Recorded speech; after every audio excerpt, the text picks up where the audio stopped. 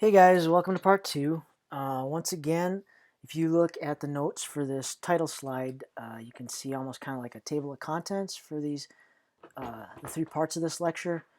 If you recall, we finished up part one by talking about intrinsic restrictive disorders. So we're going to dive right into the other kind, which are extrinsic. So what are extrinsic disorders? What does that refer to? Well, it's any of these restrictive disorders that originate outside of the lung parenchyma proper. So they're also known as extrapulmonary diseases outside the lungs, or thoracic bellows malfunction. So what are the chest bellows? I think the simplest way to think about it is these are the actual mechanical parts that make ventilation happen, right? So, talking the intercostal muscles, talking about your diaphragm, everything that actually makes ventilation happen, not the lungs themselves. Because remember, like we learned in part one, the lung parenchyma, any pathologies associated with that are considered intrinsic. So this slide just fleshes out that idea that all the parts of your thoracic bellows have to be intact in order for you to inhale, right? Take a breath in. Inhalation is an active process. So, your bones have to be intact. If they're broken, then they're not moving together. Your muscles have to be able to contract. Your intercostals have to be able to contract and lift and expand the rib cage. Your diaphragm has to be able to contract and drop down. That also helps expand the thoracic cavity, create that negative pressure so you can draw in that air.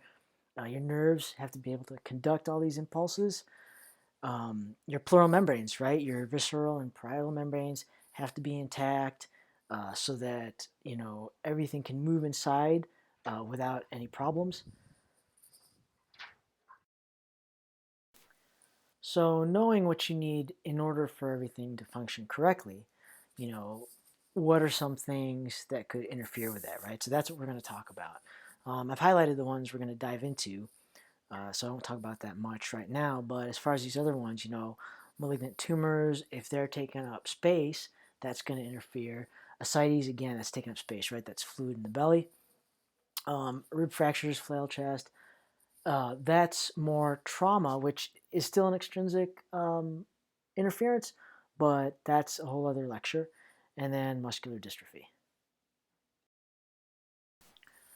So what is kyphoscoliosis? Well, the breakdown of the word itself, okay, kypho is hunched over. Scoliosis is when the spine is crooked sideways. So this is kind of a double whammy, right? You're both hunched over in that anterior posterior plane, right, in that axis, excuse me, and then you're also kind of snaked out to the side. So already, you can kind of understand how that would interfere with both the shape and mobility of your thoracic cage.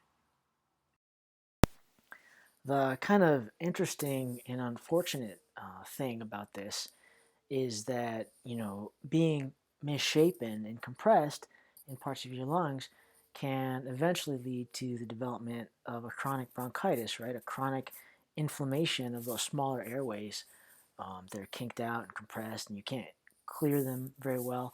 So what ends up happening is you've started with an extrinsic lung disease, and it leads to an intrinsic lung disease in addition, right? So that can be serious, but according to the stuff I found, this doesn't happen a lot, so that's good. So here's an x-ray image of a patient with kyphoscoliosis.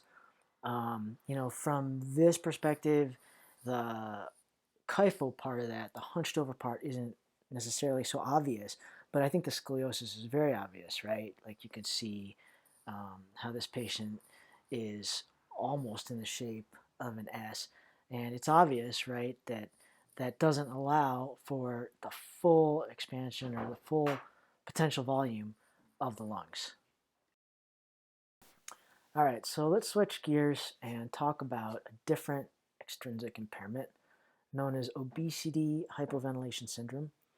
It used to be called Pickwickian syndrome. I guess it was named after a fictional character in a Dickens novel who was kind of a heavier guy and always tired.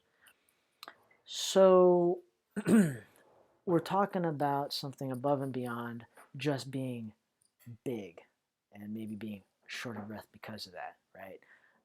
As the slide says here in the second bullet, you know, although obesity can obviously lead to a host of health issues, when we talk about blood gases, a lot of obese people have normal or near normal blood gases. I keep talking about the mechanics of breathing, and so obviously people who are very big, it stands to reason that moving all that weight just to expand the thoracic cavity could be a little harder, right? But when we talk about hypoventilation syndrome with these obese patients, weight alone doesn't explain some of the differences in the respiratory drive and blood gases that they're finding, because you've got people who are the same size, both of them big, and some of them, weight and all, don't have these hypoventilation syndromes, but some of them do. And what I mean by that is basically there are some who, when their bodies detect that they're hypoxic and or hypercapnic, they then uh, compensate by breathing faster or harder. So those are the obese patients who, maybe because they're obese, they have a little more trouble. They have a harder time ventilating, but they make up for it, right? These patients, they have these problems because of more weight on the chest, and yet their compensatory mechanisms aren't kicking in. So because they're not trying to compensate for these blood gases that are off, they're not trying to. Their drive is somehow impaired, so they're not making up for that decreased volume by either trying to breathe faster or whatever it takes. These are the ones who end up with the low sats and the high end tidal, and they're the ones who get diagnosed with this used to be known Pickwickian syndrome. So hopefully what I said about OHS wasn't too confusing. Again, the slide just kind of summarizes it, right? Like being big in and of itself, although it can lead to some health problems, to be big itself is not obesity hypoventilation syndrome. It's when, you know, you're big and so you have trouble ventilating adequately, and yet instead of your body's compensatory mechanisms kicking in, for some reason they don't, right? And if they don't kick in, and then you maintain and have that persistent hypercapnia and hypoxia, that's when it's considered OHS or Pickwickian. And from what I was reading, the jury's still kind of out on why it is that with some patients, um, their respiratory drive doesn't kick in to compensate. But in any case, that's the condition. All right, so the last example of an extrinsic impairment that we're going to go into is pleural effusions, basically a collection of fluid in the pleural space. So these are going to interfere with the normal function of your thoracic bellows in mainly one of three ways. So the first way that a pleural effusion can interfere with normal expansion of your lungs is through pain, right? If you've got fluid accumulating where it's not supposed to, that can be irritating, and it's inflammatory, and it makes it painful to take a normal breath. The second thing that can happen is that if you have this fluid building up in your pleural spaces, even if for some reason it doesn't result in pain that you actually feel, um, it can irritate the tissue to where it starts to scar up or get stiff. And so now, again, as we keep talking about, if your tissue is stiff and not pliable, it also impairs your ability to expand to your full capacity.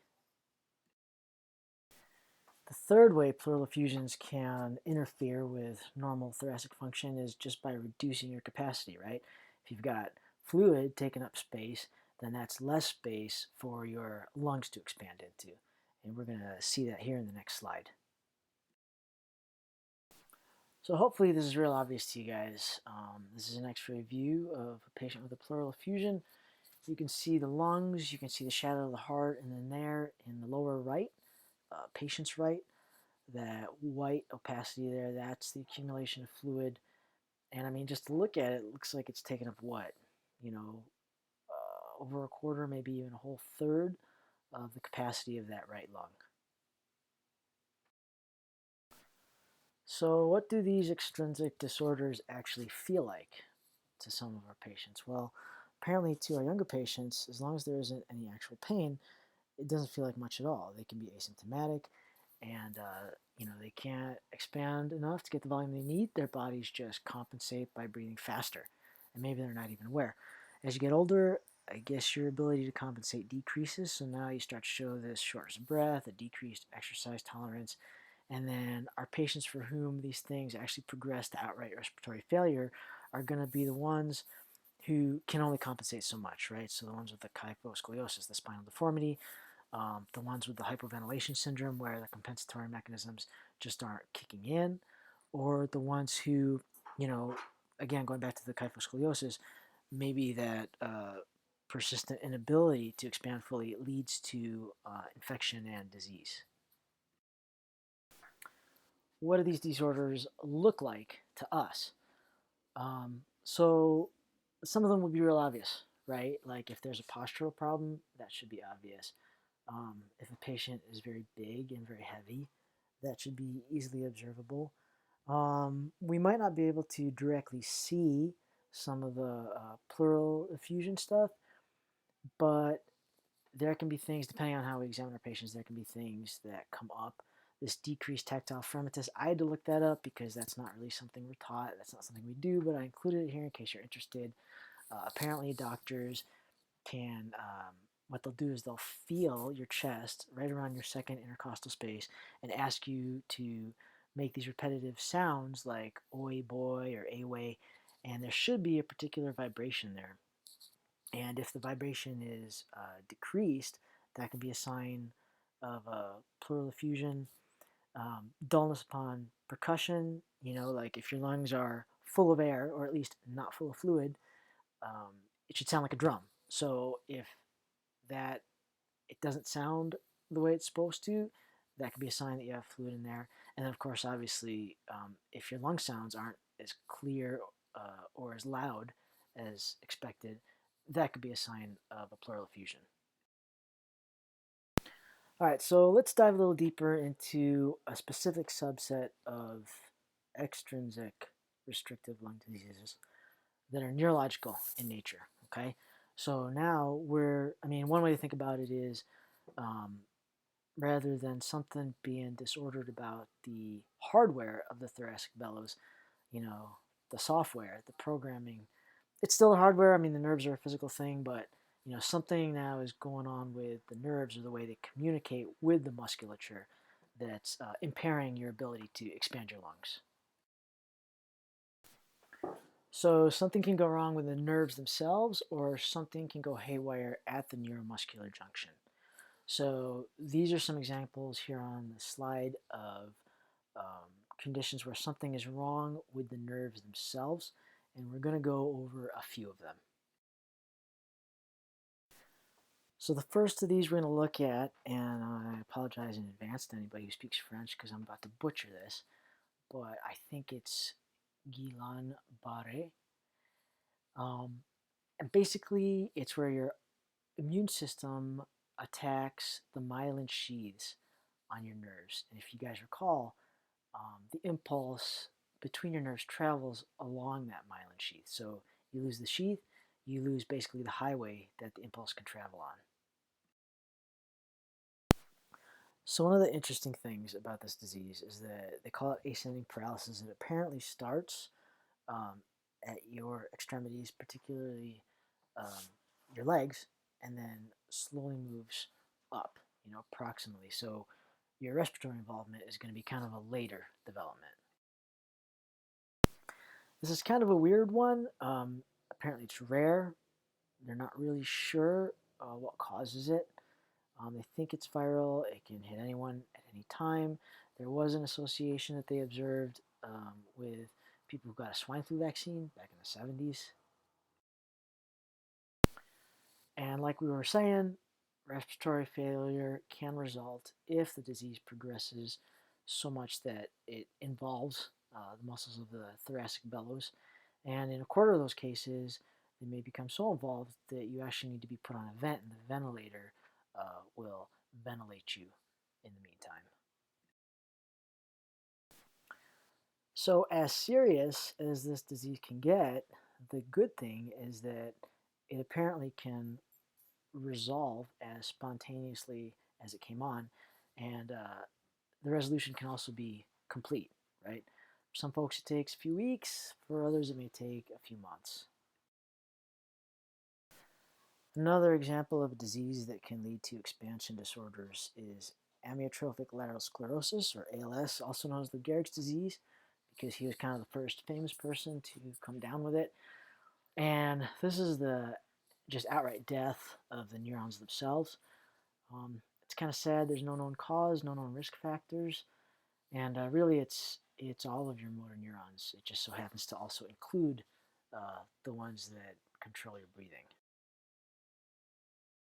Onset of ALS is around 50, and symptoms are pretty much what you would expect given the pathophys, right? So weakness, twitching, falling down, lack of coordination, eventually progressing to trouble breathing, and then also inability to protect your own airway. Finally, respiratory paralysis, and then, additionally, what's sad about it is that your cognitive function is not impacted. Um, so you're aware of your physical decline.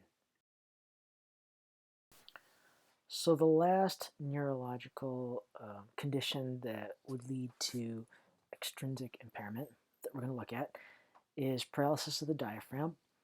Um, this was news to me. It's plural, diaphragms. It turns out you can divide your diaphragm into a crural portion and a costal portion. The crural portion is anchored to your spine, and the costal portions are anchored to your ribs. And so that's how the diaphragm, drops down when it contracts and pulls down to expand your thoracic cavity. So your diaphragms are controlled by your phrenic nerves. They start all the way up in your C-spine, continue down through your spinal cord. So illness and or injury to anywhere along that pathway can impair the function of your diaphragm, which then impairs your ability to expand. So here's where the fact that you actually have two portions to your diaphragms comes into play. You could have only partial paralysis, like paralysis of one part, and paralysis of only one part or the other is usually something you can compensate for. It's only when you have bilateral or complete diaphragm paralysis that you get into some serious trouble. Now, if either one or both parts of your diaphragms are paralyzed, you can try to compensate by using your abdominal muscles, but apparently this is dependent on your posture. You have to be sitting up. The minute you lay back, it doesn't work. The thing is, if your bilateral diaphragm paralysis is due to spinal cord damage, which is what we're talking about, right? Because we're talking about damage, neurological damage. It can be trauma to the diaphragm, or it can be a tumor that's just physically in the way. But what we're talking about is damage to the neurological system, right? So if that's what it is, then all the muscles downstream from that injury are going to be affected, including your abdominal muscles. So you won't be able to compensate in that way, in which case you're going to need to be put on a ventilator. Kind of an interesting therapy that can be tried is diaphragm pacing, which is essentially exactly what it sounds like. Um, you're basically supplying an electrical impulse to that damaged nerve to stimulate that diaphragm to contract. But you can't do it all the time. So it's usually only applied for part of the day to prevent kind of burning that system out. And then the other part of the day, you're on mechanical ventilation. So just to be thorough and cover it, you can have non-neurological causes for quote-unquote paralysis of your diaphragm, if not an outright paralysis, just reasons why your diaphragm can't move the way it's supposed to. And then at that point, we're just out of the neurological subset of extrinsic disorders and, just in regular kind of what I think of as just mechanical um, restrictions on your normal expansion of your lungs. And it's really just a physical thing. Stuff is in the way. You know, ascites, we talked about pleural effusions, we talked about obesity. Didn't really touch on pregnancy, but that can obviously be a factor. And then abdominal infection as well. So this last slide just kind of talks specifically about complications that can come from abdominal surgery. Anytime you have surgery, you can have complications. So some of the complications you might have are swelling, inflammation, accumulation of fluid. There's always the risk of infection, and any of that inflammation can limit the ability of your diaphragm to function normally. And if you are already going into that surgery with underlying respiratory disease, then anything that impairs the normal function of your diaphragm can just exacerbate that, and in extreme cases, progress even to respiratory failure. So that concludes part 2.